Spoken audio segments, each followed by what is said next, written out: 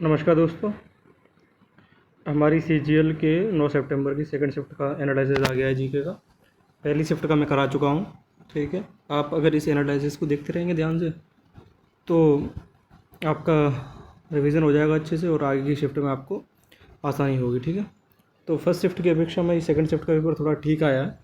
ठीक है, तो इसमें पहला क्वेश्चन आया है कि गगन नारंग ने कौन सा पदक जीता। तो सबसे पहली चीज़ है कि गगन नारंग कौन, देखो ऐसा पूरे क्वेश्चन आ नहीं पाते हैं, जो भी भेजे जाते हैं स्टूडेंट्स वगैरह जहाँ से निकालते हैं क्वेश्चन वही आ पाते हैं, क्योंकि पेपर हाथ में मिलता नहीं, ऑनलाइन पेपर होता है। ठीक है, तो देखेंगे, कोशिश करेंगे कि पूरा ही देखा जाए, लेकिन कुछ भी अगर थोड़ा बहुत क्वेश्चन में आता है, कम नॉलेज आती है तो उसकी थोड़ी डिटेल बताइए करूँगा मैं। ठीक है, तो इसमें आया पहला क्वेश्चन, गगन नारंग ने कौन सा पदक जीता है।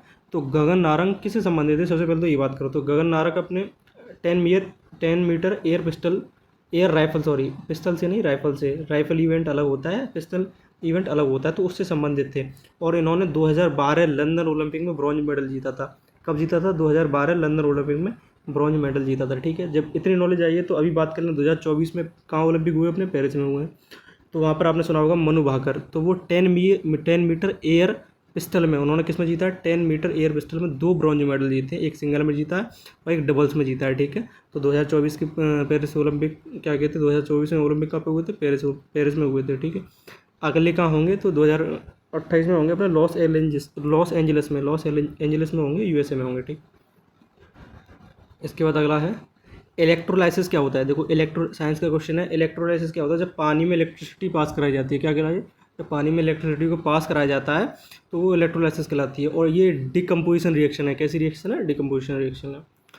अगला क्वेश्चन है चिटगांव विद्रोह। देखो चिटगांव विद्रोह, ये चिटगांव अभी जो है वर्तमान में बांग्लादेश में पड़ता है, तो चिटगांव विद्रोह हुआ था, तो ये कब हुई थी, तो ये 1930 में हुआ था। कब हुआ था? 1930 में हुआ था। और उस टाइम सूर्यसेन कौन थे, इसकी अगुवाई किसने की थी, सूर्यसेन, जिनको मास्टर दा के नाम से भी जाना जाता है। किस नाम से जाना जाता है? मास्टर दा।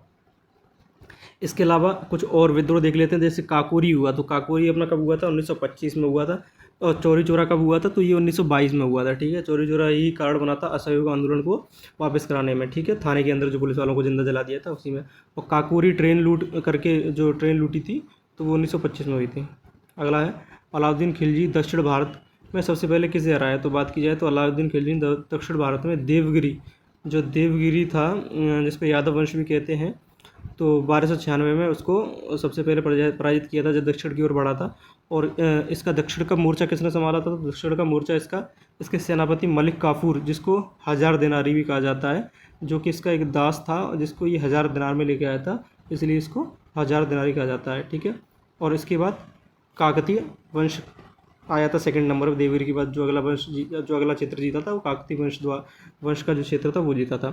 और इसने देखो अलाई दरवाज़ा बनवाया, जो कुतुब मीनार के बाहर का गेट है वो इसी ने बनवाया। इसके अलावा दाग व चेहरा नीति इसने बनवाई है। और शाहनाई मंडी एक मतलब ये बाज़ार टाइप का लगवाता था। सराय अदल, ये भी अलाउद्दीन खिलजी से संबंधित है। ठीक है, इसके अलावा इसने अपने टाइम पर सेना का बहुत ध्यान रखा, मतलब सेना इसके टाइम पे बहुत बढ़िया थी, इसीलिए ये बहुत सारे क्या कहते हैं अपने साउथ में और साउथ के बहुत से राज्यों को जीतने में सफल रहा। ठीक है, इसके बाद अगला है केंद्र राज्यों को सलाह, यानी कि ये आया था, इस तरह का क्वेश्चन था कि कुछ मामलों में राज्यों पर संघ का नियंत्रण होता है। तो ठीक है, ये किस आर्टिकल के अंतर्गत होता है, किस अनुच्छेद के अंतर्गत होता है, तो ये आर्टिकल 257 में होता है, जो कि अनुच्छेद के भाग 11 में आता है। ठीक है, इसमें क्या होता है, राज्य पर कुछ मामलों में केंद्र का क्या कहते हैं नियंत्रण होता है। ठीक है, तो इसकी बात इसमें की गई है, तो ये भाग 11 से और आर्टिकल 257 से संबंधित है। अगला है गोविंद जी नृत्यालय की स्थापना। गोविंद जी नृत्यालय की बात करें तो ये मणिपुर में स्थित है। कहाँ पर है? मणिपुर में। और इसकी स्थापना की थी गुरु विपिन सिंह। गुरु विपिन सिंह को एक तरह से मणिपुरी डांस, जो कि मणिपुर का शास्त्रीय नृत्य है, इसके संस्थापक के रूप में माना जाता है। ठीक है, और इसके अलावा मणिपुर की बात कर लें तो यहाँ की अन्य कुछ डांस और है, जैसे रासलीला, मैंने बताया था कृष्ण जी और राधा जी, जो मैं अपनी स्टैटिक जीके की सीरीज़ चला रहा हूँ उसमें क्वेश्चन कराता हूँ, ये सारे क्वेश्चन उसमें किए जा चुके हैं, जितने भी डांस रिलेटेड क्वेश्चन आए वो कोई भी बाहर नहीं जाएगा। ठीक है, तो रासलीला यानी कि कृष्ण और राधा जी जब रास वगैरह मतलब वहाँ पे किया जाता था, तो उस तरीके से संबंधित, ये मणिपुर से ही संबंधित है। उसके अलावा पुंगचोलोम में ड्रम पर डांस किया जाता था, तो पुंगचोलोम ये। थांगटा एक तरह का मणिपुर का मार्शल आर्ट है। ठीक है, थांगटा मणिपुर का मार्शल आर्ट है। ठीक है, इसके अलावा कुछ नृतक हैं जैसे झावेरी बहन है, झावेरी सिस्टर्स अगर आ जाए तो सीधे मणिपुर लगा देना। इसके अलावा चारू माथुरी है और निर्मल मेहता है। गुरु विपिन सिंह तो है ही संस्थापक के तौर पर, ठीक है। अगला है टेट्राब्यूटाइल एल्कोहल का IUPAC नेम क्या है, ठीक है। तो टेट्राब्यूटाइल एल्कोहल का IUPAC नेम क्या है, तो IUPAC की पहले फुल फॉर्म जान लो, international union of pure and applied chemistry. IUPAC का फुल फॉर्म क्या है, international union of pure and applied chemistry.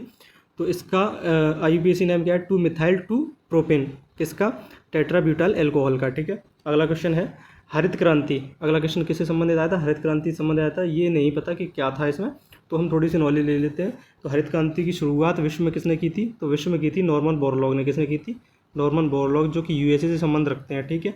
Bharat की बात की जाए तो भारत में की थी MS स्वामीनाथन। किसने की थी, MS स्वामीनाथन ने, जिनको भारत की हरित क्रांति का जनक कहा जाता है। और ये 1960 के दशक में हुई थी, ठीक है, और 2 चरणों में हुई थी। इसमें क्या है, एक बीज लाया गया था HYV सीड्स, यानी कि हाई एल्डिंग वेराइटी सीड्स, यानी कि फसलों की गुणवत्ता को बढ़ाने के लिए इसमें जोर दिया गया है इस हरित क्रांति में, ठीक है। इसके अलावा कौन से राज्य थे, तो सबसे पहले पंजाब, आंध्र प्रदेश, तमिलनाडु, ये राज्य थे जहाँ पर ये स्टार्ट की गई। और MS स्वामीनाथन अभी 2024 में जो मरणोपरांत भारत रत्न दिया गया है, इनको 9 फरवरी 2024 को भारत रत्न प्रदान किया गया। इसके बाद अगला क्वेश्चन है सिडबी की स्थापना कब हुई, तो सिडबी की स्थापना 1990 में हुई। इसका मुख्यालय लखनऊ में है। बात की जाए इसके फुल फॉर्म की, तो small industrial development bank of India इसकी फुल फॉर्म है। तो लखनऊ में इसका मुख्यालय ठीक है, और 1990 में इसकी स्थापना हुई। और इससे रिलेटेड एक और कर लेते हैं, जैसे एक नाबार्ड बैंक है, बहुत इंपॉर्टेंट है। इसकी फुल फॉर्म है national bank for agriculture and rural development. इसकी स्थापना 1982 में हुई। इसका हेडक्वार्टर मुंबई में है, ठीक है। तो ये पूछ सकता है आपसे आने वाले अपनी शिफ्ट में। अगला है टेबल टेनिस गेंद का वजन कितना होता है, तो ये 2.5 से 2.7 ग्राम होता है टेबल टेनिस। इसके बाद है अगला, भारत का सबसे पहला हाई कोर्ट कौन सा है, तो भारत का सबसे पहला हाई कोर्ट कलकत्ता है, जिसकी स्थापना 2 जुलाई 1882 में की गई थी, ठीक है। फिर एक और क्वेश्चन आया इसमें, 2011 महिलाओं को जनगणना में महिलाओं की रोजगार में भागीदारी की बात की गई है। तो इसमें महिलाओं की जो भागीदारी है वो लगभग 25% है, और जो पुरुषों की जो भागीदारी है लगभग 53% है। तो ठीक है, एक डाटा है जब पूरा एक्यूरेट नहीं है थोड़ा, तो ध्यान रखना। तो महिलाओं की कितनी 25% और पुरुषों की 53% रोजगार में भागीदारी की बात कर रहा है, ठीक है। इसके बाद आता है सुप्रीम कोर्ट के जज के जो वेतन और भत्ते होते हैं वो कहाँ से दिए जाते हैं, तो इनके वेतन और भत्ते आर्टिकल 125 से दिए जाते हैं। और बात की जाए तो सुप्रीम कोर्ट कौन से आर्टिकल में है, तो ये 124 आर्टिकल में। सुप्रीम कोर्ट कौन से आर्टिकल में, 124 में। और हाई कोर्ट की बात कर ले तो हाई कोर्ट है 224 में। हाई कोर्ट अपना कौन से आर्टिकल में, 224 में। अगला है महाराजा महेंद्र प्रताप सिंह विश्वविद्यालय का उद्घाटन कहाँ पर किया गया है, तो इसका उद्घाटन किया गया अलीगढ़ में, ठीक है। अलीगढ़ में इस विश्वविद्यालय का उद्घाटन किया गया है। अगला क्वेश्चन है लता दीनानाथ मंगेशकर पुरस्कार 2022 में किसे दिया गया था, तो सर्वप्रथम इसकी शुरुआत 2022 में हुई थी, और सर्वप्रथम इसको नरेंद्र मोदी, भारत के प्रधानमंत्री नरेंद्र मोदी को ही दिया गया था, लता दीनानाथ मंगेशकर पुरस्कार को। और हाल ही में जो सबसे रिसेंट में दिया गया है, अमिताभ बच्चन को 2024 में दिया गया है लता दीनानाथ मंगेशकर पुरस्कार, ठीक है। तो पूछ सकता है, अब 22 वाला पूछ लिया तो 24 वाला पूछ लिया, कोई बड़ी बात नहीं है।